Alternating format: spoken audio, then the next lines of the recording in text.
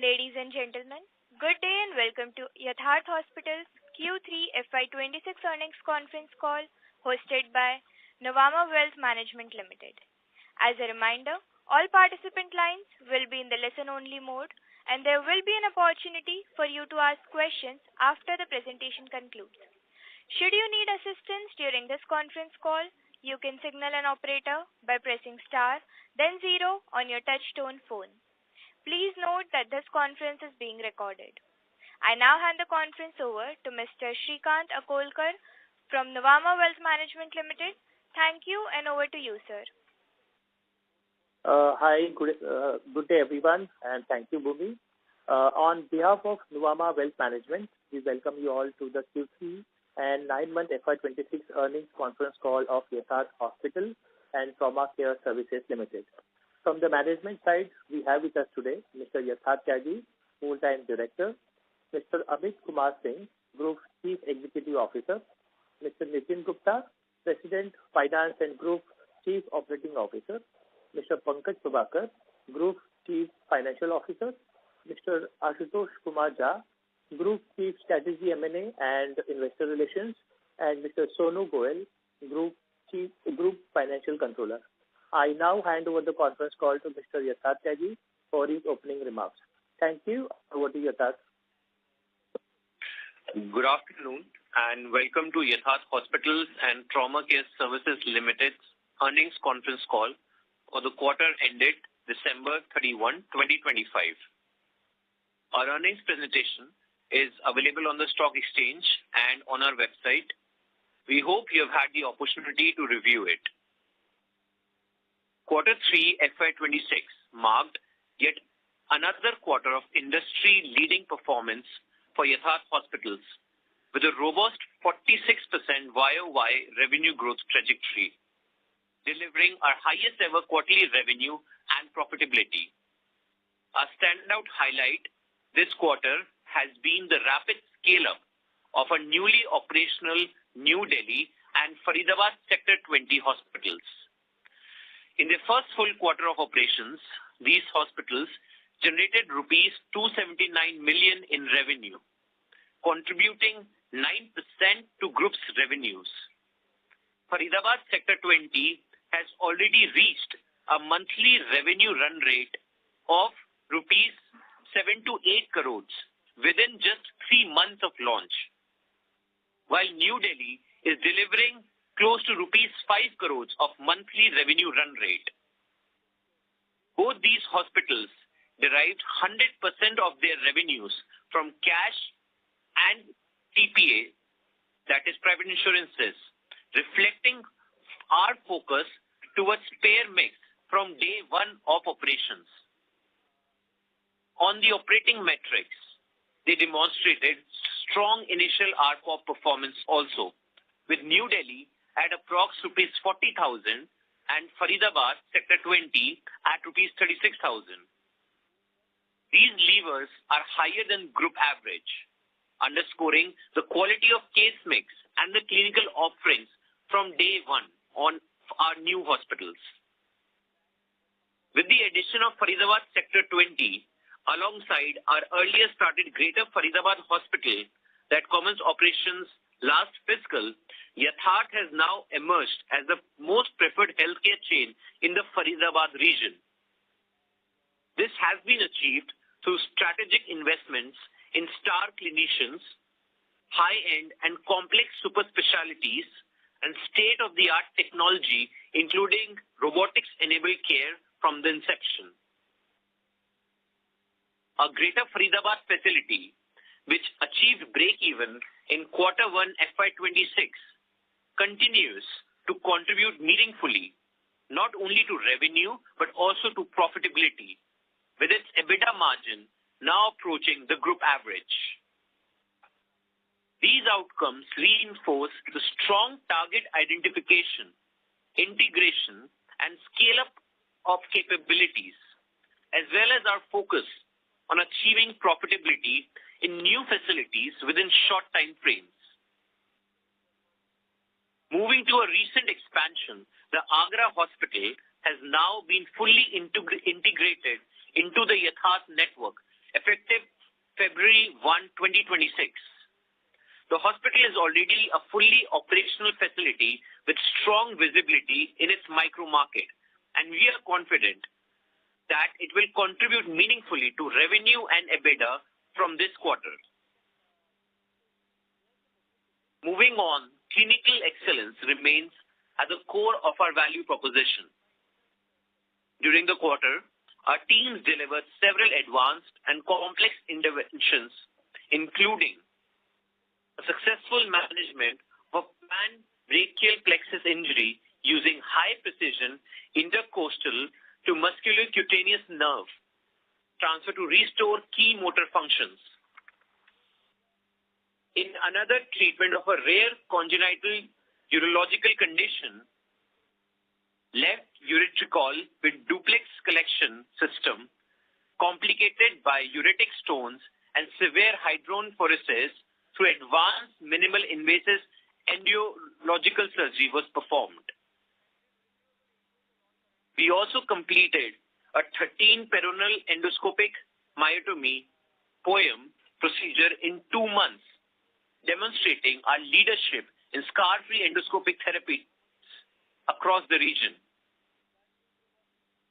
These outcomes highlight the depth of clinical expertise across our network and strengthen our positioning as a leading quaternary care provider.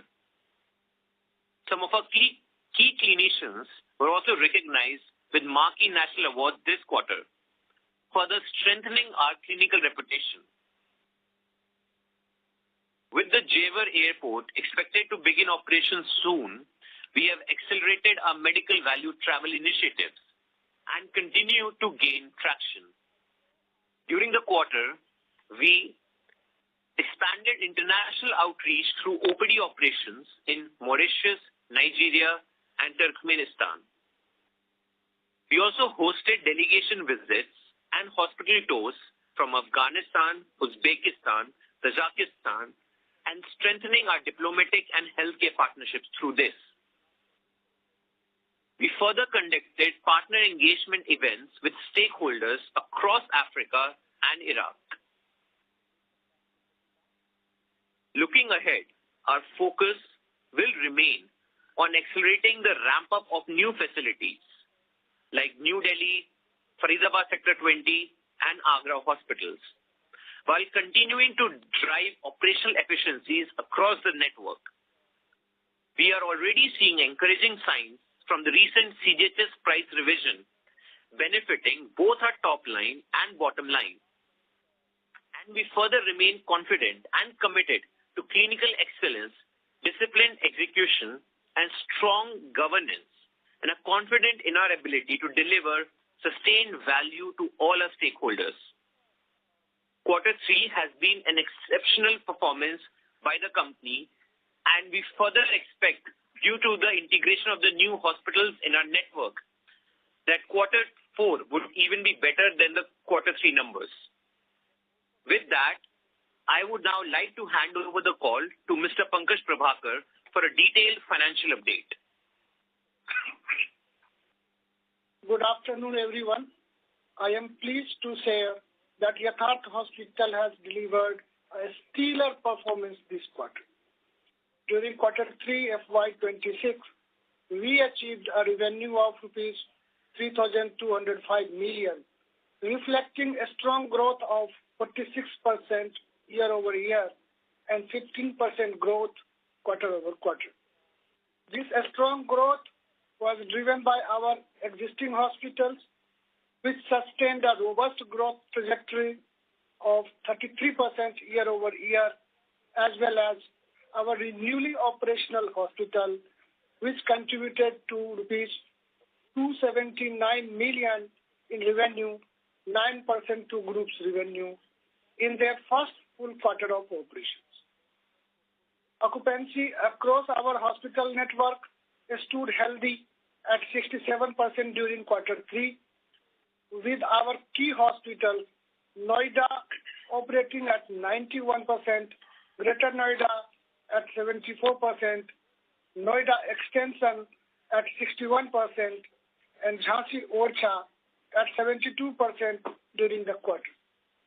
Our newer facilities saw promising adoption with healthy volume at our Greater Faridabad, New Delhi, and Faridabad Sector 20 hospital, demonstrating Yatharth's position as a preferred healthcare provider in the region. Our ARPOB was up by 10% year-over-year to rupees 33,744 in quarter 3, driving by our continued emphasis on improving our mix of high-value super specialties and investment in the state-of-the-art medical infrastructure. Our Noida Extension Hospital achieved its highest ever ARPOB of approx 44,000, up 16% year-over-year, supported by approximately 70% contribution from super specialty services, of which 18% came from oncology treatment.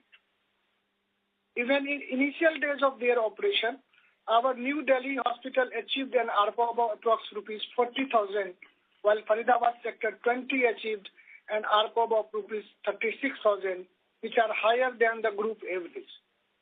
Our other hospitals in Greater Noida, and Jhansi Orchha registered an ARPOB of approx 39,000 plus 14% year-over-year, rupees 31,000, that is 8% year-over-year, and rupees 14,000 respectively.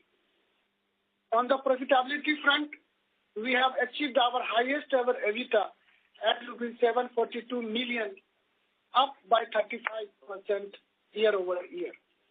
Adjusting for the initial ramp-up losses at our newly operationalized New Delhi and Faridabad Sector 20 hospitals, our adjusted EBITDA margin stood strong at 29.2%, led by operating leverage, mix improvement, and positive impact of price revision in government business.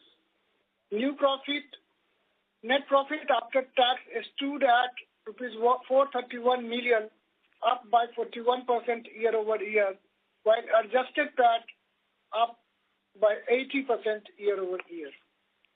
With a strong execution engine in place, we remain confident of sustaining the accelerated growth momentum while enhancing operational efficiencies and exploring new avenues for growth. Our robust balance sheet position with a strong net cash position provide us ample financial headrooms to capitalize on sustained growth opportunities as it comes. Thank you for your attention. I would now like to hand over the call to the moderator for question and answer session. Thank you. Thank you very much. We will now begin the question and answer session. Anyone who wishes to ask a question may press star and 1 on their touch-tone telephone. If you wish to remove yourself from the question queue, you may press star and 2. Participants are requested to use handsets while asking a question. Ladies and gentlemen, we'll wait for a moment while the question queue assembles.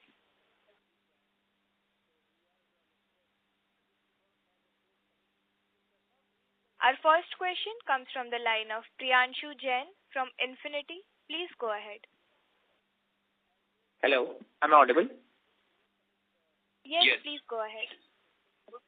Thanks for the opportunity. Sir, my first question is on the revenue mix side. So as of today, by the end of Q3, what is the revenue mix from the cash and TPA and from government side? So, the current revenue mix from the government side is close to 35%, and the remaining is equally divided with cash and private insurances. The recent quarter, with the promises the new hospitals have shown on the cash and private insurances segment side, we believe quite confident remain that in the coming quarters, we should be inching towards reduction in our government mix, like our initial target. And I feel in 2.5 years' time, our government mix should be reduced somewhere close to 25 to 28%. So 2 years down the line, we are aiming for 25 to 30%, like approx. 2 years down the line, government business should be lesser than 30%. Okay. So my second question is on the brownfield expansion, as we are going for 3,000 beds going forward. So, like, till what time we can think that this might be operational? Yeah. So, we are talking of the addition of almost 3,000 beds, to take the total cumulative beds to 5,000 in the next 3 years, where we have mentioned that the deals will be announced by in the next 3 years, and the operationalization of the hospitals will be in 4 to 5 years, over a period of time.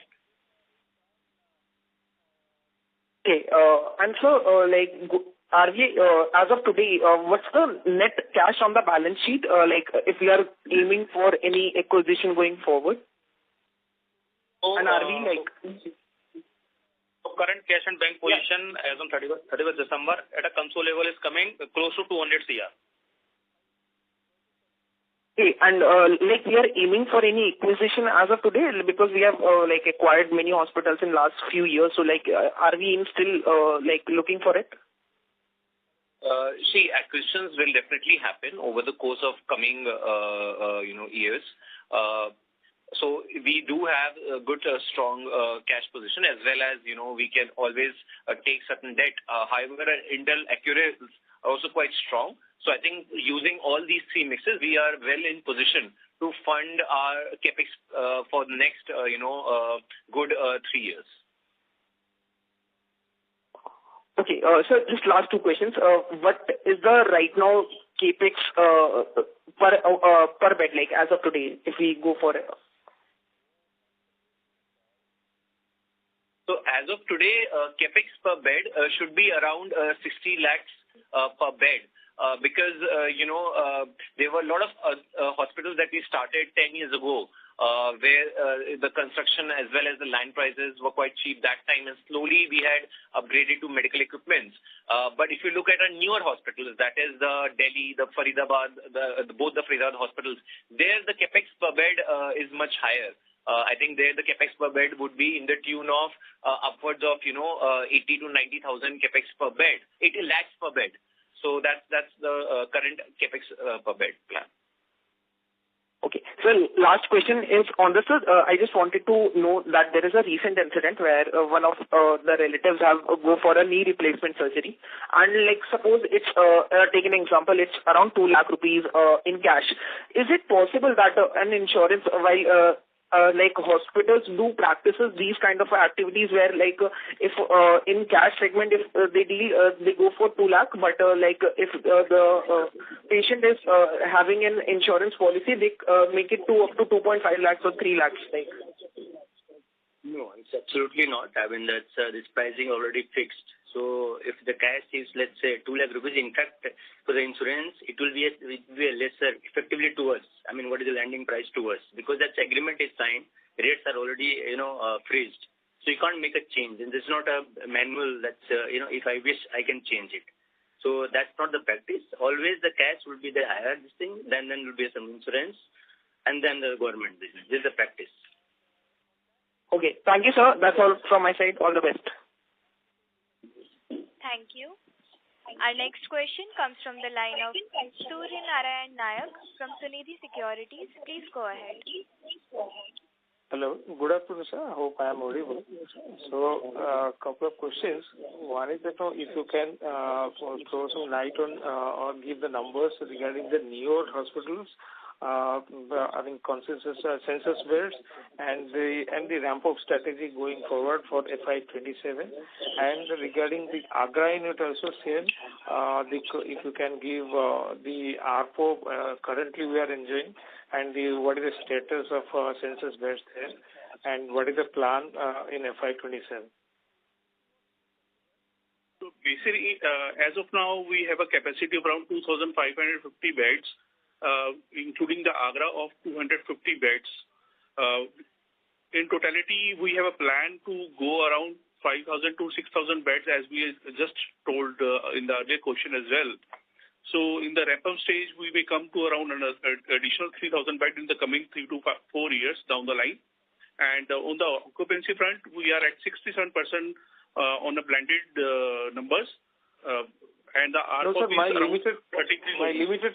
my limited question was related to the newer hospitals, newer facilities. Newer facilities in the NCR region and Agra. Yes. For the model town, which is in Delhi, we have a kind of a occupancy of 38% on the 100 beds, census beds. We have a capacity of around 300 beds there in the Delhi, which will be taking up as the demands come in the coming quarters. We have another new hospital in Sector 20, Faridabad, in which we have an occupancy of 43% in this quarter, with again 125 beds on the operation levels, which has a capacity of around 400 beds.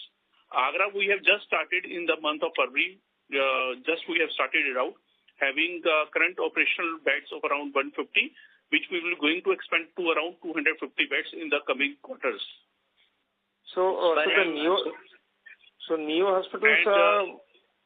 hospitals, can we expect 50% occupancy next year? Yeah, definitely. See, Faridabad, if you see, this started 3 months back and 2.5, 3 months back. It's presently with the 125 beds as operational, 43% occupancy, and without having any panel. In fact, not full-fledged even insurance and TPS, right?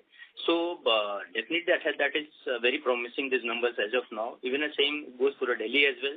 Still, 100% insurances are yet to come. I mean, with all government channels or even corporate and PSUs which are dependent on the various states, there's still negotiation going on. So I think by end of quarter 4 or probably the beginning of quarter 4, the next 2 months, I think we should be full-fledged with all, empanelment.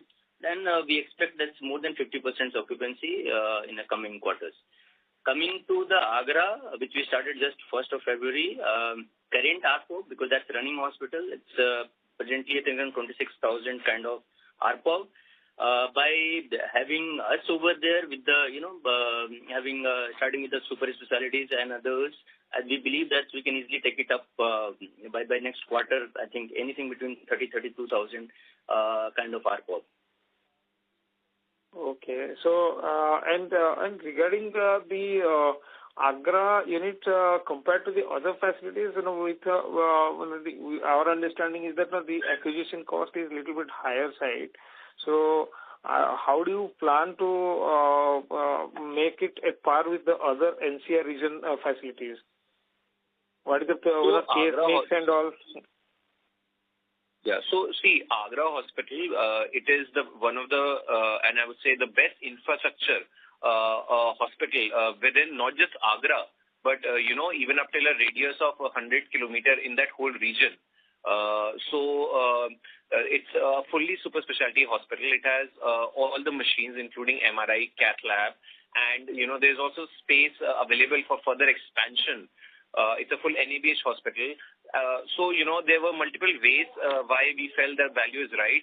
It is already a running hospital, and the hospital, in last, if I talk about 12 months, has had a revenue of close to 45 to 50 crores and is almost now EBITDA positive and P&L positive also. So from February, when it is on our books, we do not need to incur any more losses to make it profitable. So we also add that sort of, to justify that value, because otherwise when we start a new hospital, it takes 15 months and more cash losses to get that into profitability. But it is already from February when it is on our books, not just it is contributing meaningfully to the revenue, but also contributing to EBITDA as well as profitability. So, we are quite confident. We have huge plans for Agra. We already are in the process of appointing leading star doctors. In fact, just, this week itself, Agra Hospital has been, placed with Da Vinci surgical robot, which is not just Agra's, but in that region, one of the first robotic surgery is going to happen. So, we feel Agra will contribute meaningfully to our coming quarters. And in terms of payer mix, just to want to understand, even in case of TPA, whether how much, is it possible to give a breakup of group policy versus retail policy? Because retail policy happens to be a little profitable than the group policy. So is it possible to give the bifurcation of that? I think largely, yes, it's a group. It's mainly about the, corporate insurances and all you're talking about, I believe. Yes. So the retail business, yes, it's always higher in terms of the number, but I think it's probably going with the 60-40% kind of, because that also depends on which area you are operating. Let's say if you are operating in Delhi NCR, where there are more corporates are there, right? So that percentage will be a different. If you are operating with the Agra or probably the Meerut or some other region where the corporate spaces are not that much, that numbers will be a lesser. So that won't be any standard answer for it. That depends on unit to unit and the area where you are operating. No, because structurally, due to this GST benefits, the retail policy should rise. I mean, the quantum should rise.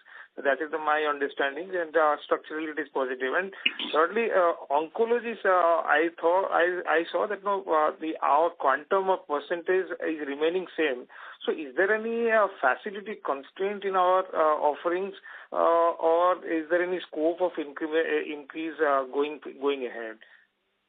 So, first of all, it is not same. Our pie has increased, right? A percentage might look similar, but there is an absolute increase in the volume and the revenue coming from oncology this quarter and year on year. In fact, it's a significant increase.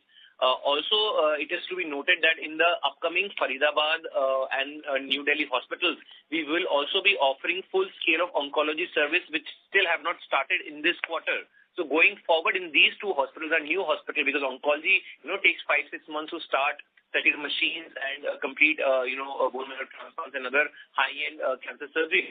So in the coming quarters in the new hospitals, oncology will also begin, and that's where you'll also see an increase in the percentage, but also in an absolute number.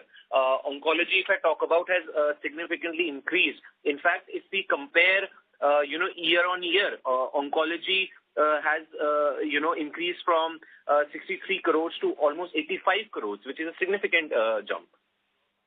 So, any guidance going ahead for oncology alone? I mean, for a couple of years? Oncology today is, contributing close to 10% of our overall specialty pie, which is, if you compare 2-3 years ago, it was, less than 4%. So we are quite confident that going forward with the two new hospitals now being fully fledged oncology services providers, we expect oncology to touch around 15% in, less than 2 years' time. Maybe in 1.5 years' time, we should be there. And any influx in the medical tourism this quarter? Yeah, absolutely. So the numbers has definitely increased. Percentage-wise, it still is in a single digit, I would say, but it's quite encouraging, the kind of the initiatives which international team has taken, various OPD centers and the channel partners will be started. So we believe that, in fact, Jewar Airport going to start probably by within 2 months or something. That's a new deadline had come up. So we are quite confident on these numbers. Absolute number definitely increase, and rather just only the numbers, you see that, the geography which we touched upon in last whatever 8, 9 months, 10 months which we have worked on international. So we have touched various geography, and it's quite encouraging that patient has come from all those geographies. So I think it's a very good base has been created. Now we just have to capitalize it. And case mix, oncology, apart from oncology, more or less the case mix will be remaining same, or will there be any change in neuroscience or something? So, as a totality, we are focusing on increase in our super specialty services versus specialties. So, in the case mix also, you will see all the super specialties. So, cardiology, neurosurgery, gastroenterology, and a couple of others combined together would be higher than, let's say specialties like gynecology, internal medicine, basic orthopedic works. So, that's where the shift you will see in the coming years, which we are already reflecting quarter on quarter. Any guidance on the LOS going forward? I think LOS should be as per industry standard. It should be at 3 going forward? It should be around, because there's a couple of new hospitals coming up, there are certain business call you need to take. So I think it should be anything around close to 4, 4.3, it's quite acceptable. Within 4, 4.5, I think that's acceptable number. which we see that as you grow, probably the 2 years down the line, if you say, definitely there's going to be a lesser. Okay. Thank you, sir. Thanks. Thank you. Ladies and gentlemen, in order to ensure that management is able to address questions from all the participants, please limit your questions to 2 per participant. Our next question is from the line of Ishika from Perpetuity Ventures. Please go ahead. Yeah, hi. Hope I'm audible. On the payer mix, your new hospitals seem to be driven largely by cash and TPA insurance with minimal government scheme contribution. Is this mix structural and expected to continue, or do you anticipate a meaningful shift towards government empanelment over the next 12 to 24 months? This is very much strategically planned and expected. We, as a group, have always talked about in the past to reduce government mix, and that is what we are doing. I wouldn't say that it will remain zero after a year. Definitely it will increase, but I don't see in the newer hospitals government mix being more than, somewhere 15 to 18% or maybe max for 20%. So ultimately, this is going forward what you will see, and ultimately this is what will drive our, debtor days and receivables to come down. So that is a strategic call that we have done, and we are able to showcase it with a strong attraction of cash and private insurances patients.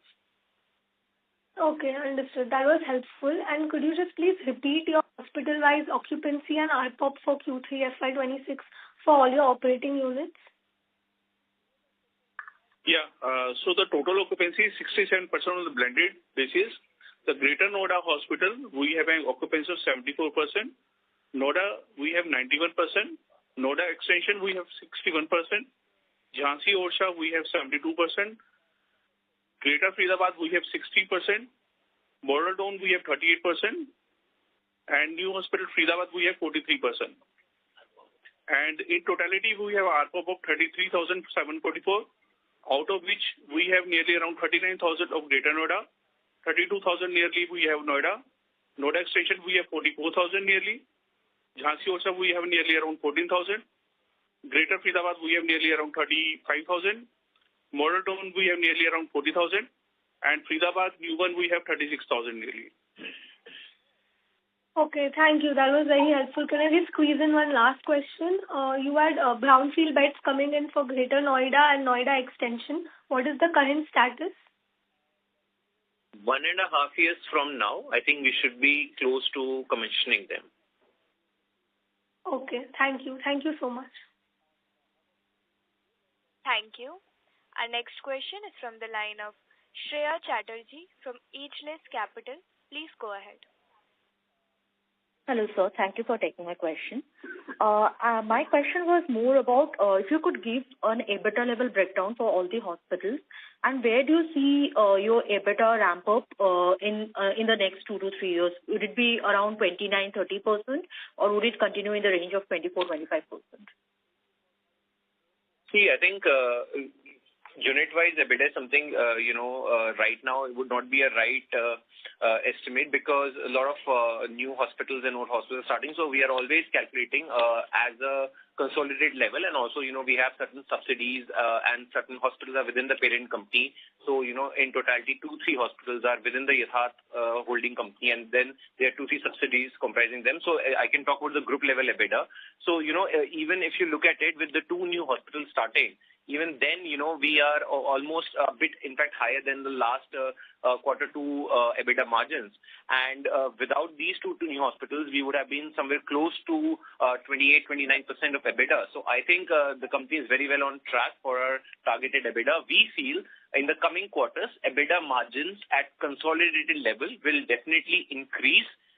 Because the major reason is that, in the first 2 quarters when a hospital starts, like a New Delhi hospital and Faridabad 20, it is expected to be EBITDA drag, but by the 3rd or the 4th quarter of their operations, that is reduced.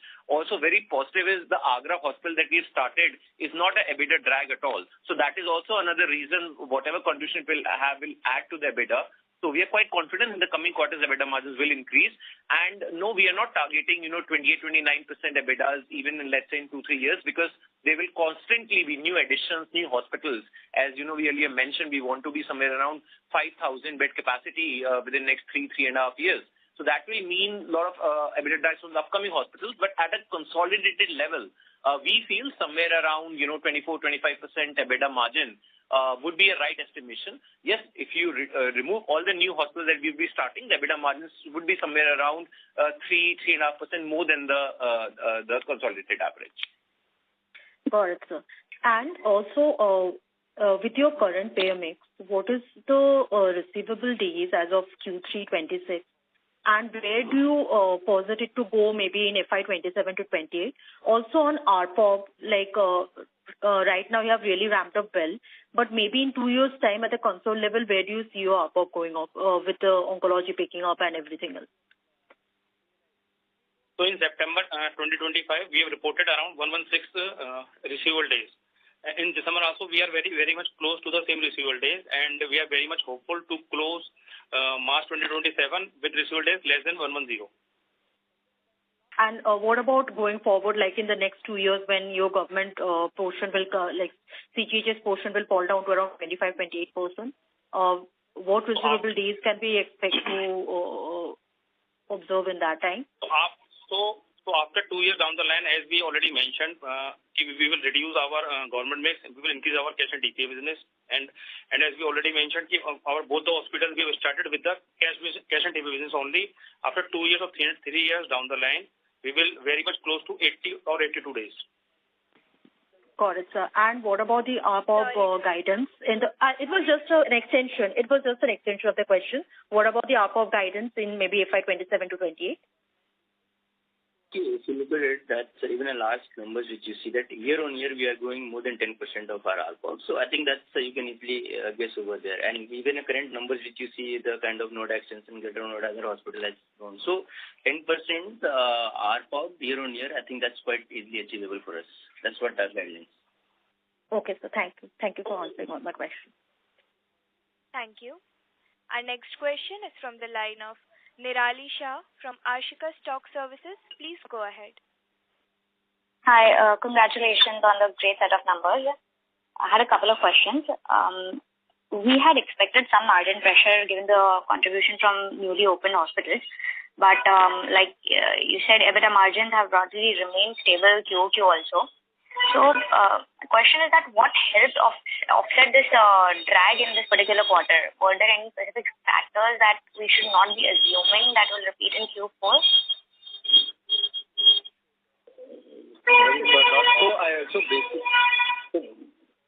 Sorry, there's a lot of background noise to your line. There were a lot of good EBITDA traction we gained from our existing hospitals. So other than the new hospitals, our existing hospitals are ramping up good oncology business. They're ramping up good even RPOB, right? So RPOB of, if you see node extension, has increased upwards of 15% year on year. Similarly, Greater Noida. So even our existing hospitals, older hospitals are growing at a good rate. So that has led to this, margin being sustainable. And further, if you see our Model Town Hospital also, we started in Q2 and the losses have been reduced from Q2 to Q3. So in Q3, there is a 50% reduction in losses in Model Town Hospital itself. Yes, and also going forward with the new CGHS rate revision, which has been we saw in December, December, and now we will be seeing from 1st January in the whole quarter 4. That will also, help going forward to, contribute to our EBITDA margins significantly. So, is it fair to assume that the older hospitals, the margins from older hospitals were much higher than the drag that could have come from the newly opened hospitals? Yes, that's true. That's true. And also, like as we mentioned that quarter 2, quarter 3, the new hospitals drag was also less because of, the increase in the business. But then do we expect that in Q4 or Q1 maybe? Yes, definitely. As I mentioned, the EBITDA margins should be better from here on in the coming quarters for sure. Understood. And could you also help us understand how much of the increase in employee expenses is attributable to the labor code change versus the normal hiring and the ramp up at the newer hospitals? See, based on the recent changes which has drawn by the Labour Code, we don't have any significant impact on us. We are mostly aligned to our current stature as per the proposed codes. However, minor impact may come as a change of the basic pay which has been impacted to the gratuity. And we don't have any major impact on the other fronts like bonus act or the leave encashment. And in totality, we perceive that we have a complete assessment in place, and we don't have any major impact in this financial year due to this new Labour Code. Okay, and so if it is not coming in this financial year, it won't be coming in the next financial year too. No, we are already in line to the kind of a proposed stature. Our stature is already in line, so there is no gaps to have any financial impact major in this financial year. Obviously, in the next financial year, it will be aligned already, so there is no financial impact which will be coming in the place in the financials. Fantastic. And just the last one, wanted to know on the MVT business. So because there was a mention about the benefits and the union budget did mention about the promoting medical tourism. So do you think any incremental benefit would be coming to us? Yeah, so we would see around 5 to 6% increase in the cost that we would be benefiting from that. That's our estimation on that specific business. Got it. Thanks. I have more questions. I'll join back with you. Thank you. Our next question is from the line of Abhijit from PI Asset. Please go ahead. Thanks for the opportunity. Hope I'm audible. Sir, we can notice a sharp increase in the other expense. Was it because of one-time marketing or empanelment of star doctors? And are these costs expected to taper down in FY27 or should we assume the same run rate? So if you see, there is a quarter-on-quarter increase at a Concall level, majorly because of the new hospital additions. And in both the new hospitals, we have added the complete doctor cost. That's the only reason. Major change because of the doctor cost only. If you see in our existing hospital, there is no major change. Yeah. So we should assume this as the new normal, right? Yeah, this is now normal, and there will not be any major increase now. Understood. And sir, what is the capex for FY27? I missed that figure. Please pardon? What is the capex for FY27? So, we have given an overall capex for next, 5 years. Deals will be announced within, let's say, 3.5 years, but the total deployment of the capex will take 5 years' time, and that is around 1,500 crores for, getting us a bed capacity of close to 5,000 beds. Understood. Okay. Thank you. Thank you. Our next question comes from the line of Akshat Mehta from Seven Rivers Holding. Please go ahead. Hello. Am I audible, sir? Yes.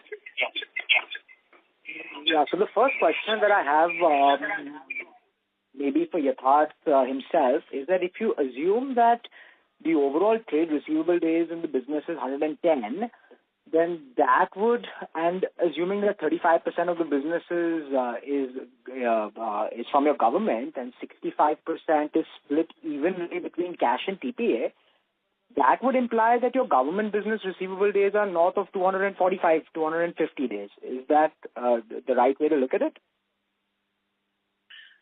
So, there are certain payers, within, let's say, TPAs also, which does drag because majority of the TPA business is received, the payment is received within time, but then there are certain exceptions and with the certain things. So that also contributes a bit. But yes, I would still say what you mentioned, it would be close to that, but not exactly to that amount.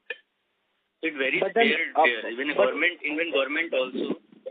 But there are other listed payers who have indicated that their receivable days on the government business is sub 150, 140 days.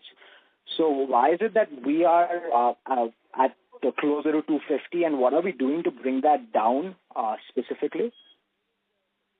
Yeah, so I don't think it's closer to 250. I think it's closer to 200 first. And second is, as we've also stated in the past, there was a certain reason that this led to, especially if you look at, a year ago, when we got increased with the infrastructure, there were a lot of government business that we onboarded, right? So our systems and processes took time to upgrade ourselves, right? It's not that it's all 100% on the government, only the receivables. There are certain frameworks and systems within the hospital which allows faster recovery. So we were not having it initially.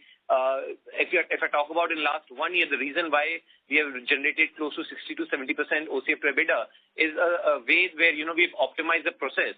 In fact, recently, there have been certain teams that have been outsourced for recovery to get faster recovery, which are already working for certain other hospitals that you have mentioned. So we have learned from their example and deployed the same, network of facilities within our hospital. So that also has led to this reduction. And other than just the pure decrease in the government share, which will ultimately bring this down, a better recovery and better, follow-ups from R is also helping us to achieve this. Got it. My second question is around the trade. Also, sorry, just one last thing I would also ask you. When you mention other hospital chains, some of them also don't do the exact same payer of government mix that we do, right? There's a government payer called ESI that many other hospital chains, they don't do. ESI has been shown typically in the past to have a slow, payment cycle. And I would say around, 30 to 35% of our, outstanding with the government is specifically from ESI channels. So that has also led to an increase, which is not standard across other hospital chains. Okay. That clarifies it. Thank you. My second question is around your trade receivables again. In your annual report, there was a reduction in overall trade receivables to the tune of 20 crores. And in FY24, the number was around 35 crores. So implying almost a 6 and a 11% reduction, respectively. What was the reason for that reduction and how should we look at it moving forward?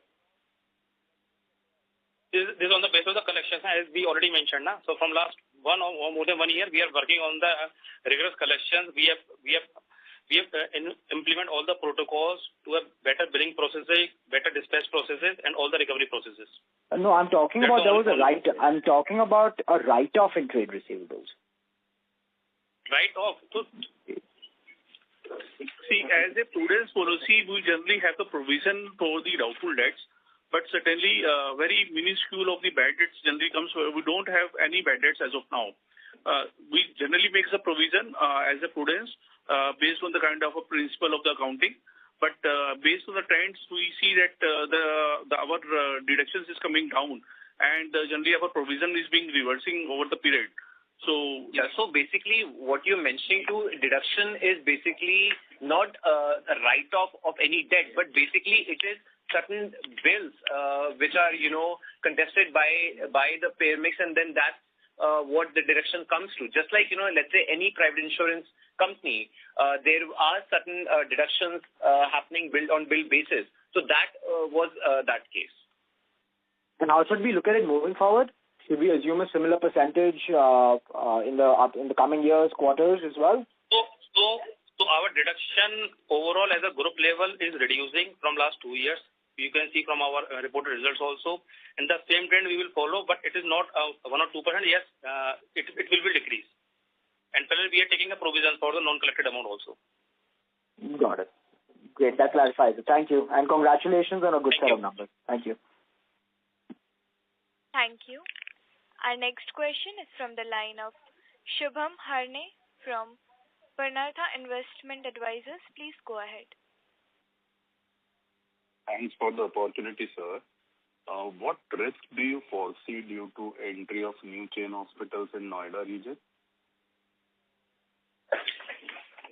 See, I think in fact, rather than risk, we feel that it's good for our business, because when any territory, when more and more hospital comes, that territory gets developed. So it attracts your catchment gets increased. People come. So I think everyone will have I'll give you example. I mean, in our territory, 2-3 new hospitals has come with the new brands and new entry. But still, I think we have grown more than 30%. And with even an existing hospital, I see that growth was more than 25%. So I mean, it's all how you look at it, right? We personally believe that yes, you need to be aware with your competitor what they do it. But if you are working with your core strength and more and more players coming in, I mean, be focused. Be on limelight. People will always will come to you. That's fine. So we don't see, reduction in a pie, to be very honest. And do you foresee any poaching of doctors from your institute to other institute? Yeah, it's a part and parcel. Believe you me, any hospitals enter into any territory, they try to look at it, which one is doing good, who are the good doctors. We also do it, right? When we enter in Delhi, we did the same thing. We enter in Faridabad, we did the same thing. So it's a part and parcel, and we as a hospital, we are prepared for this, right? So one go, other can come. So this is how it is. Got it. Thank you, sir. Thank you. Our next question is from the line of Akhilesh Rawat from Radhanta Vision Private Limited. Please go ahead.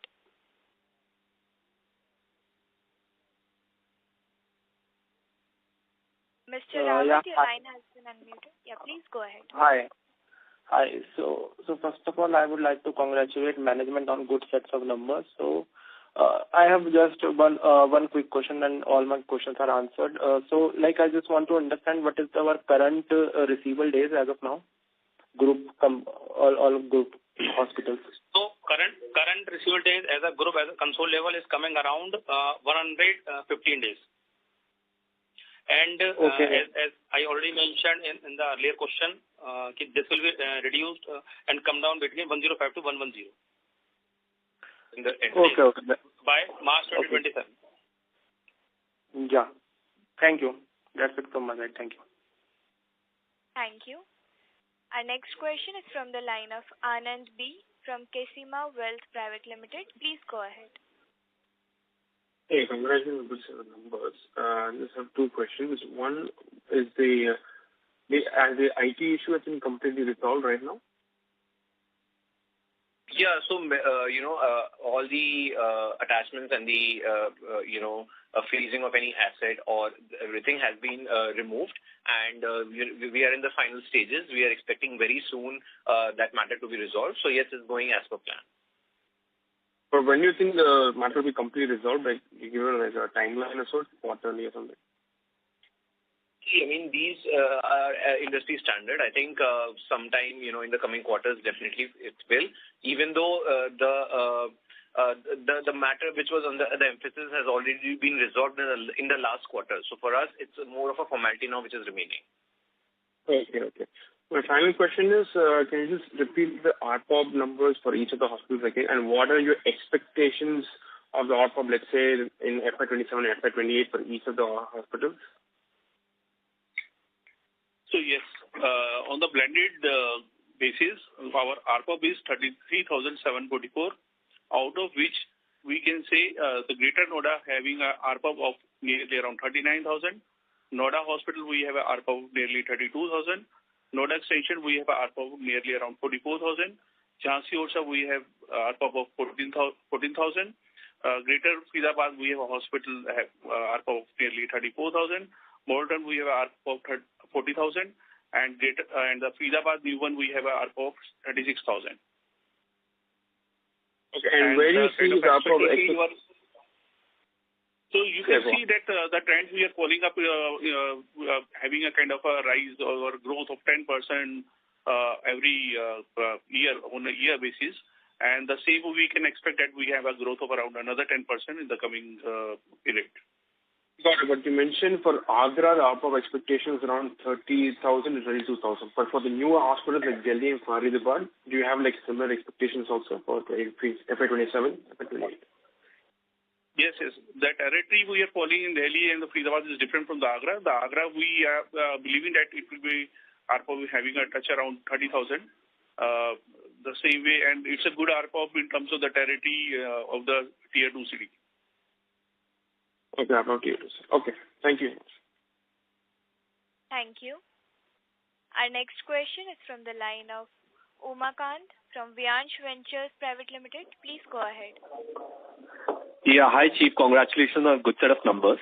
Most of my questions have been answered. I've just got, just one quick question. Could you just touch down a little bit about the margin profile at where do we stand currently on your Greater Faridabad Hospital as well as the model town? The reason I asked this question is because I just want to get clarity in terms of how much juice do we further have to scale up the mature hospital margin profile from 29, can it go to, let's say, a further X percentage? So if you could just throw just some color around that, and even on the Jhansi, what is the margin profile currently? So I think, as we mentioned that if we remove the newer hospitals of Model Town and Sector 20, right, Sector 20 and Greater Faridabad, two different hospitals. So the Sector 20 and Model Town hospitals, removing them, the group margins comes to 29%. But in this, the major contributor are from our, the Greater Noida, the Sector 110 Noida and Noida Extension hospitals, because, these are earlier started hospitals. If I talk about, some hospitals like Jhansi or even the Greater Faridabad, because they were started almost, 2 years and 1.5 years back time. There the margin would be, still reaching close to, 20% upwards. But it is basically the 29% margin figure that, you're getting at a consolidated level without the new hospitals. It's primarily because of the Noida hospitals. However, going forward, we feel even without the newer hospitals, the margins, we do not expect them to rapidly rise above these levels because there are certain, even though occupancy ramp up will happen, but there is high quality growth that is happening, right? We're also growing RPOP wise. We're also changing our payer mix. We are reducing government pay, not just in the new hospitals, but even our earlier hospitals. So for that, there are certain cost expenditures that we have to do. So the margins for other than new hospitals would roughly remain in the same line and will not increase significantly. Okay, got it. Just to follow up on this one, first question, when we say that I think we have incurred a loss of about 10 CR in our newer hospital, that is Sector 20 and Model Town, we've run losses of about 20 at our operational level. Do we, now that we'll be at one point, we'll be ramping it up? So do we expect this losses to widen before we start seeing the margins expansion, turning positive? And secondly, what is the occupancy that we, let's say, see? When do we see a healthy level of occupancy in these two hospitals? No, so the losses, as we mentioned earlier, so all the, the cost centers which you see, so all the, expenditure has been done, mainly the, for newer hospitals, the doctor cost and the employee cost already placed. Now the cost related to the business. So coming quarters, these losses should come, and I can tell you things that Faridabad, probably we will do a break even probably much earlier. In fact, probably well within the 12 months, which will be a really very good sense of, I think that's what expectations coming and the kind of business trend coming in last 3 months. Similarly, Model Town, which we see, I think within the 15 months, which we should have operational break even. So we don't see any losses coming up. It's whatever the losses would be, that's related to the directly proportional to the whatever business we acquire. What was the second question of yours? I missed that. Regarding the occupancy in these two, when do we see a healthy level of occupancy? So when we do a full-fledged, as of now, I think Faridabad is operating with around 125 operational bed and Model Town is around 120 beds. But when we have a full-fledged, as a Model Town 300 bed and Faridabad is a 400 bed, I think anything between 30-35% of the full operational bed, I think will be a break-even. And next, probably, as I said it, within the 12 months or 15 months, I think we would be very much achieve those targets. Got it. Perfect. And my second question was, if you could just provide any further updates on your future expansion plans. Would it be led by any greenfield expansion or brownfield? And if it's a brownfield, what kind of a size are we looking at? And what will be what capex per bed we are comfortable with? And also just some color on the geography.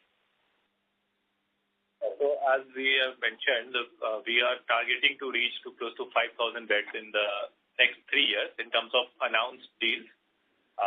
And of course, the deployment can be over the next 4 to 5 years because there will be a mix of greenfield, brownfield, and asset-light expansion. And the combined capex that we are planning for this is around 1,500 crores. So this would be coming to around 60 lakhs per bed because there is a mix of greenfield and asset-light. And this will be in the geography of first priority as NCR and the priority two as major cities in North India. So just one clarification. So when you say we're targeting a 1,500 crore capex, I'm assuming we're talking only about the 2,000 of the incremental because we've already planned for 500 brownfield, right? In the Noida and Noida extension, we've already planned it. So 2,000 for 1,500. So we are saying that. Yeah, exactly. Acha. So and we are so we are saying that we're going to be just at 60 lakh. That's quite a less number, right? Like, I mean, if you get it, that's great. There will be Fantastic. asset-light models also. So there are asset-light models where we are not spending on land and building. We will be only bringing in the equipment. That kind of models also we are exploring. Oh, wow. Okay, great. Sure, that's it from my side. Thank you so much. Thank you. Our next question is from the line of Subhanu Bangal from Three Head Capital. Please go ahead. Yeah, hope I am audible. Good afternoon. Sir, as you mentioned, Q4 will be better than Q3 and EBITDA margin will be going forward will be improved. What kind of EBITDA margin we are targeting in FY27? This is my first question. So as we have indicated that since we are in a growth phase, we will keep on adding more hospitals and we will ramp up the latest additions of hospitals. So our guidance for the blended EBITDA margin is the range of 24 to 25% on a consolidated level.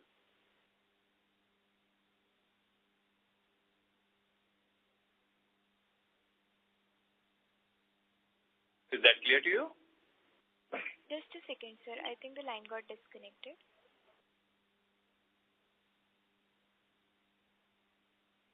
As there are no further questions, I would now like to hand the conference over to management for closing comments. Thank you, everyone. Thank you for tuning to Yatharth Hospitals and Trauma Care Service Limited's earnings conference call for the quarter ended December 31, 2025. We hope we are able to answer all your queries, and thank you for your questions. Thank you. On behalf of Nuvama Wealth Management Limited, that concludes this conference. Thank you for joining us, and you may now disconnect.